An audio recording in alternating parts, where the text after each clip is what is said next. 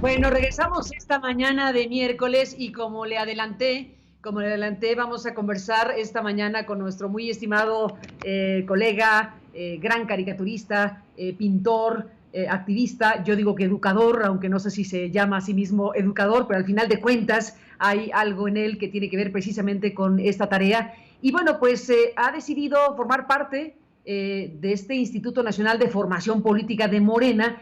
Y ayer hubo una fecha que merece detenerse en ella, que es la del segundo aniversario de un gobierno como el de López Obrador, que llegó precisamente a la presidencia desde este partido político que fundó el propio López Obrador. Y bueno, pues la revisión, el análisis, la crítica, pues el balance mismo del momento que se está viviendo es muy importante. Tuvieron, Rafael, invitados pues muy importantes a nivel internacional, y te hablo también para que nos cuentes cómo fue. Buenos días y bienvenido, Rafael Barajas. Gracias por estar Buenos días, aquí. Carmen. Gracias por la invitación. Pues sí, efectivamente hicimos una suerte de evento de balance, de debate, es una suerte de seminario con diversas personalidades de México y del extranjero, y la verdad fue muy rico, fue muy nutrido. Estuvieron presentes José Mujica, que hizo un análisis espléndido de la situación mundial. Pablo Iglesias también mandó una serie de pensamientos. Estuvo Juan Carlos Monedero también haciendo un balance muy importante histórico de lo que es este proceso, de dónde estamos, digamos, en el proceso de la descomposición del modelo neoliberal. Gustavo Petro también hizo un balance de lo que ha sido el impacto ecológico del actual modelo económico. Jean-Luc Mélenchon hizo también un balance sobre eso muy, muy interesante. Estuvo Andrés Arauz, el candidato a la presidencia del Ecuador, también haciendo un balance muy interesante sobre lo que implica esta transición que estamos viviendo. Estuvo también Verónica Mendoza, Rafael Correa también planteó una serie de ideas, etcétera, etcétera. También estuvo Atilio Borón, estuvo en fin, estuvo Verónica Mendoza, y también tuvimos a varios, también estuvo Piedad Córdoba de fuera de México, y de la parte mexicana estuvieron pues el doctor Enrique Dussel, Paco Ignacio Taibo, Armando Bartra, John Ackerman, Héctor Díaz Polanco, Pedro Miguel, y la verdad es que fue muy, muy enriquecedor. Lo que a mí me llama la atención, entre otras cosas, es el peso que ha tenido el gobierno de López Obrador, digamos, en el concierto de esta oleada antineoliberal que se está dando en el planeta. Yo sí creo que se puede decir con toda claridad que en primer lugar, que el modelo neoliberal está en crisis a nivel global, y sobre todo está en crisis el peso que tiene Estados Unidos en el planeta, es decir, su hegemonía está más cuestionada que nunca. Ayer Mélenchon daba un dato que es muy impresionante.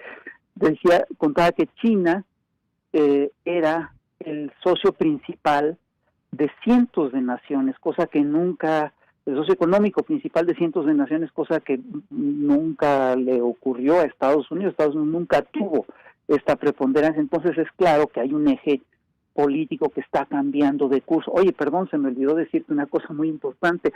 Entre los invitados estuvo José Luis Zapatero, que hizo además una intervención brillantísima. Y la verdad es muy interesante lo que está ocurriendo a nivel internacional, porque sí hay, digamos, una revisión, de las normas, de los paradigmas, de la forma de ver al mundo, ¿no? Yo estoy convencido que un buen análisis de coyuntura parte de toda una concepción del mundo. Implica que la gente tiene que tener herramientas teóricas para entender la realidad, y a partir de estas herramientas teóricas debe escoger la información que mejor explica lo que está pasando, ¿no? Y esto implica, por supuesto, que todo análisis priorice y se centre en cierta información, y por supuesto deja de lado un mundo de datos mundo de hechos que no considera centrales para sus conclusiones. Por supuesto, la solidez, la confiabilidad y la precisión de los análisis depende de qué tan eficaces son las herramientas del analista, depende de su capacidad de sacarle jugo a sus herramientas, qué tan inteligente es, qué tan erudito es, qué tan preparado está, qué tan a fondo conoce, digamos, su teoría, ¿no? Depende también del cuidado que toma en seleccionar su información, de qué tan ético, de qué tan objetivo, de qué tan riguroso y autocrítico es, depende de qué tan bien entiende las paradojas y las contradicciones de su objeto de estudio, y por supuesto, aquí lo que hay que ver es que debe ser veraz, que no debe de mentir, no debe de mentirse. Si la antípoda de esto son justamente los actos de fe, los dogmas, en fin, ¿no? Entonces, bueno, sobre esto versó, entre otras cosas, el encuentro.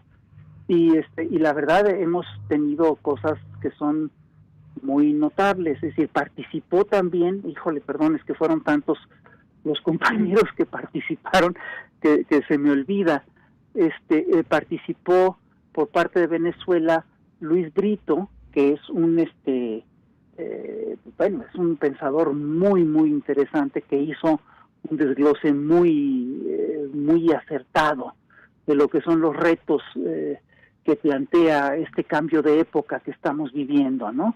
Y hay que decir que el balance, por ejemplo, es muy interesante, es decir, sin lugar a dudas vivimos más que una época de cambios, vivimos una suerte ya pues de cambio de épocas, ¿no?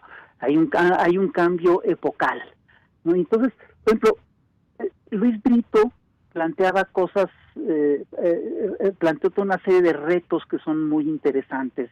Plantea, por ejemplo, que en lo ecológico hay que detener el calentamiento global y la contaminación. Jean-Luc Mélenchon, por ejemplo, planteó que, bueno, ya no detuvimos el cambio climático, que nos vamos a tener que acostumbrar al cambio climático, y dio toda una serie de datos de cómo en el Mediterráneo ha cambiado toda la situación de la región a partir del clima, etcétera, etcétera, etcétera.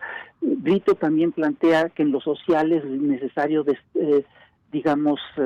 revisar la distribución de la riqueza, es decir, buscar eliminar barreras, de manera efectiva todas las barreras de discriminación social, étnica, cultural, de género.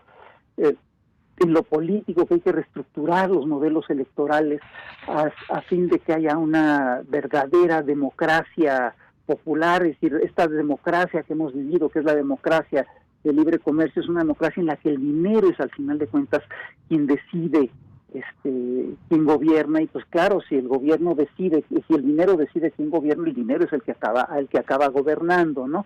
Y por supuesto se plantea, se habló también de la necesidad de reestructurar las organizaciones existentes, de crear nuevas, se habló también en lo cultural de reconocer el derecho universal a la educación, se habló de qué es lo que hay que se espera en el universo post-COVID. Es decir, fue realmente un encuentro muy rico, muy enriquecedor. No te puedo resumir en unos cuantos minutos todo lo que se dijo, y debo decirte que todavía estoy tratando de digerir algunos de los planteamientos que hicieron los compañeros.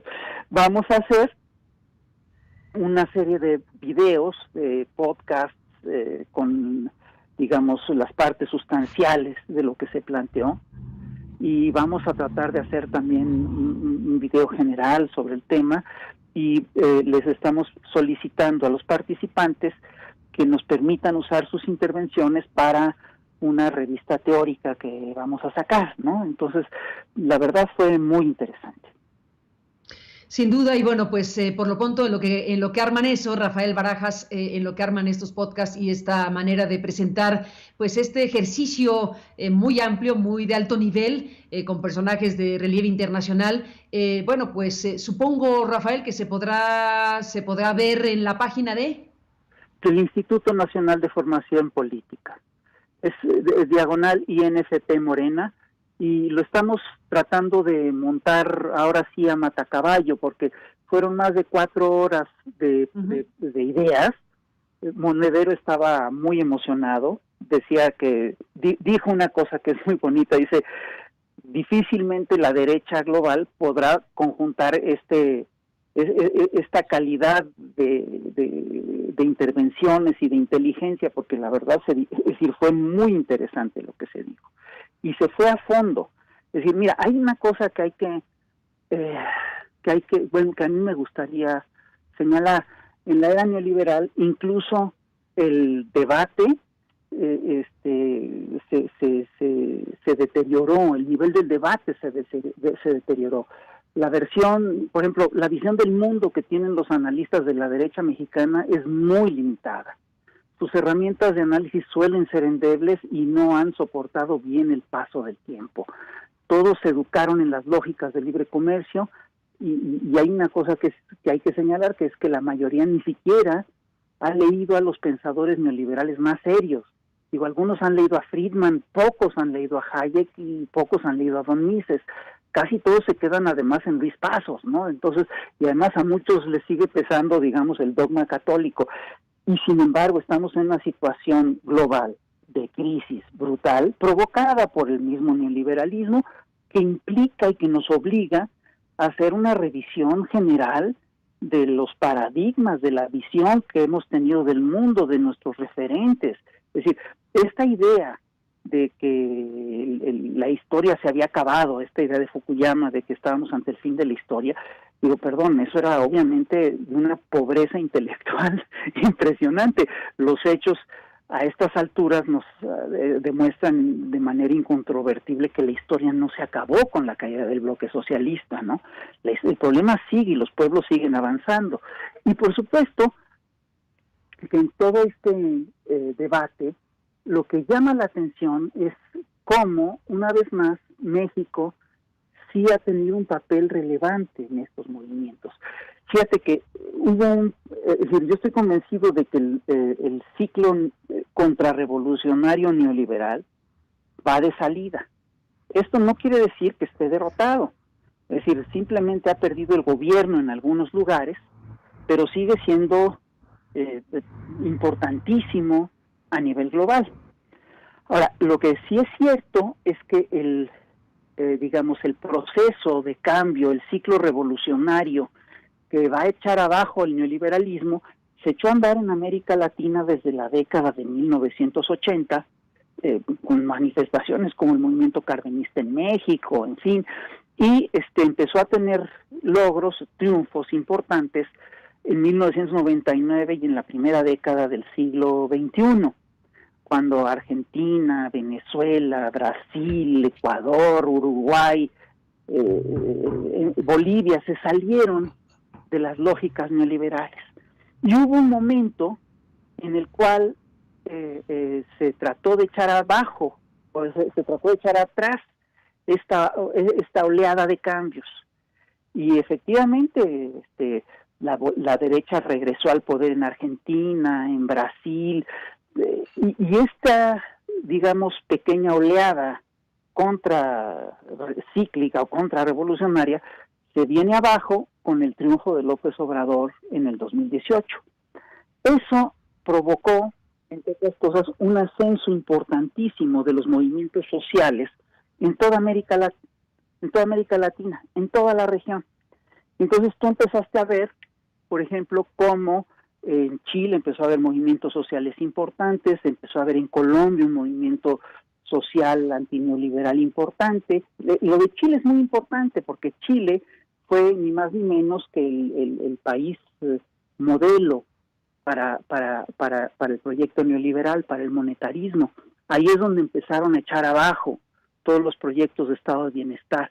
Pero el triunfo de Fernández en Argentina, por ejemplo, lo explica el propio Fernández a partir también del movimiento que se ha dado aquí en México, ¿no? Y esto es un movimiento profundo, es un movimiento importante. Y quiero señalar que contra el discurso de la derecha, que dice que esto no ha cambiado, que todo aquí sigue igual, etcétera, etcétera, pues tenemos señales muy claras de que los cambios sí son reales. Yo estaba oyendo en tu programa a un señor que decía que este gobierno es totalmente neoliberal. Perdón, ¿pero de qué está hablando? Es un verdadero despropósito, es un total sinsentido.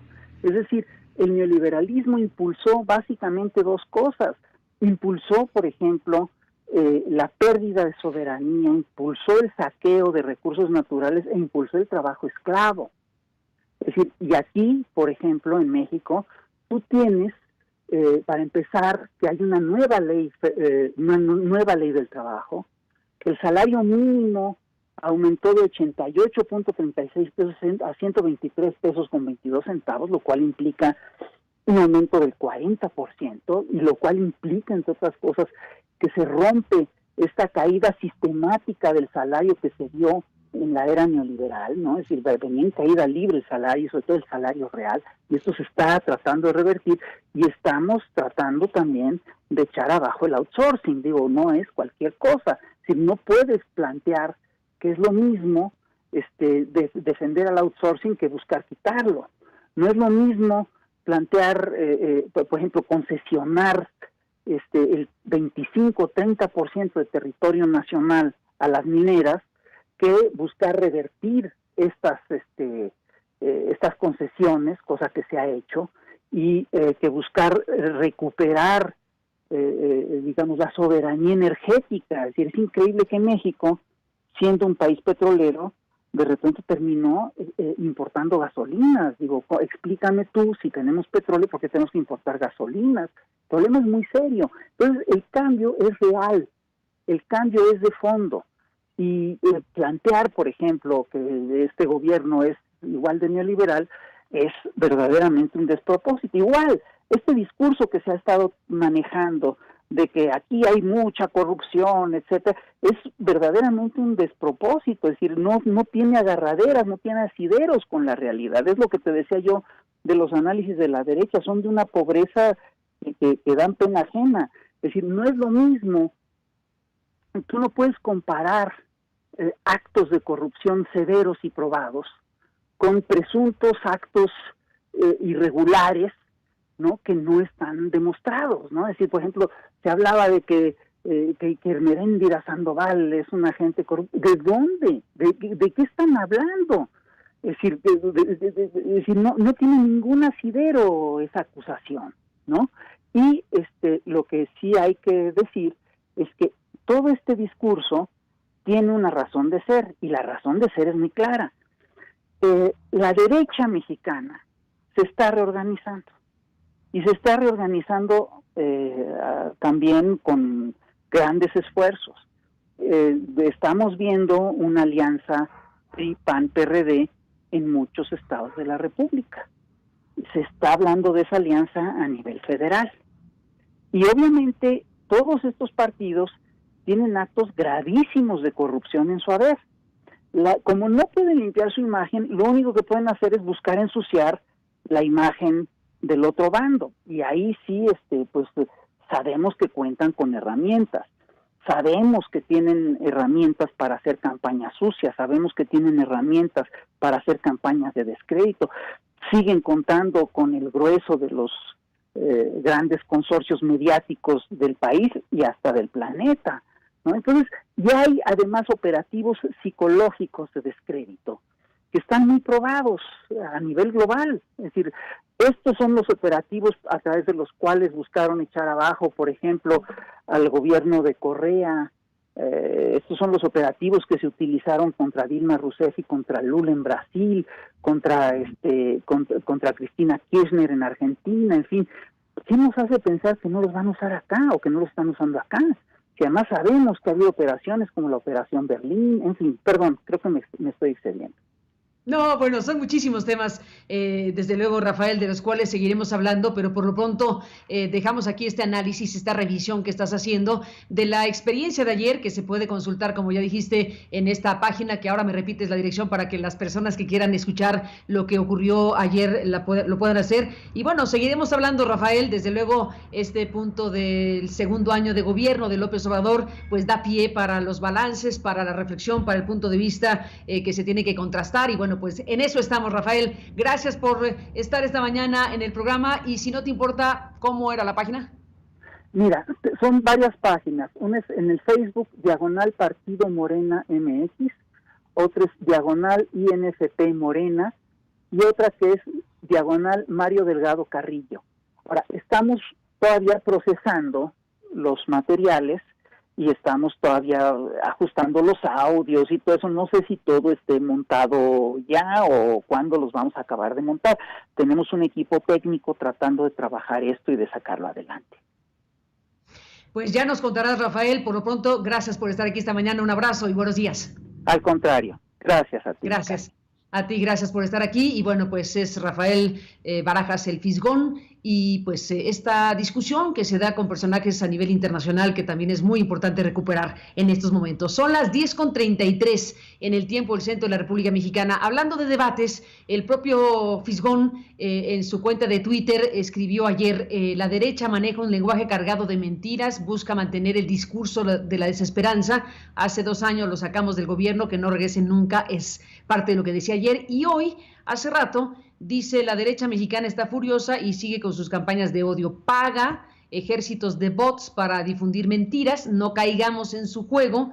Urge elevar el nivel del debate. Hay que dejar de lado los insultos y descalificaciones y presentar datos y argumentos. No pueden con eso. Es parte de lo que está diciendo en este espacio de su cuenta de Twitter Rafael, a quien acabamos de escuchar hace un momento.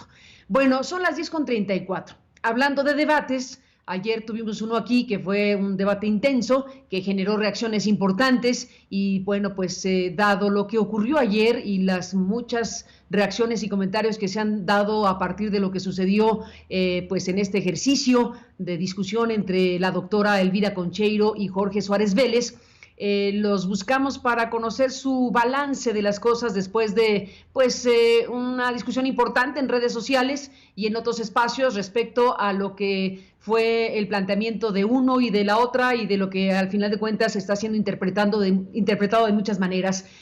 Yo simplemente diría desde ahorita que agradezco siempre muchísimo a las personas que aceptan debatir. Debo decirle que por experiencia profesional no es fácil que 2 personas decidan aceptar un debate en nuestro país.